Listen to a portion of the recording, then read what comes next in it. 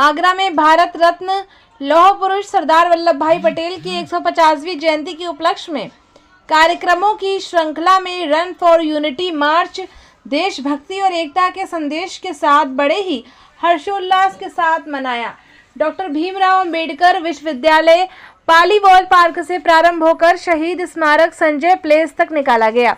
कार्यक्रम का शुभारंभ सरदार पटेल के चित्र पर अतिथिगण द्वारा माल्यार्पण तथा पुष्पांजलि अर्पित कर किया गया।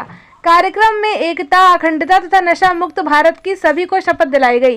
रन फॉर यूनिटी को हरी झंडी माननीय केंद्रीय मंत्री एसपी सिंह बघेल जी, कुलपति डॉक्टर आशु रानी जी, जिलाधिकारी श्री अरविंद मल्लप्पा बंगारी ने दिखाई।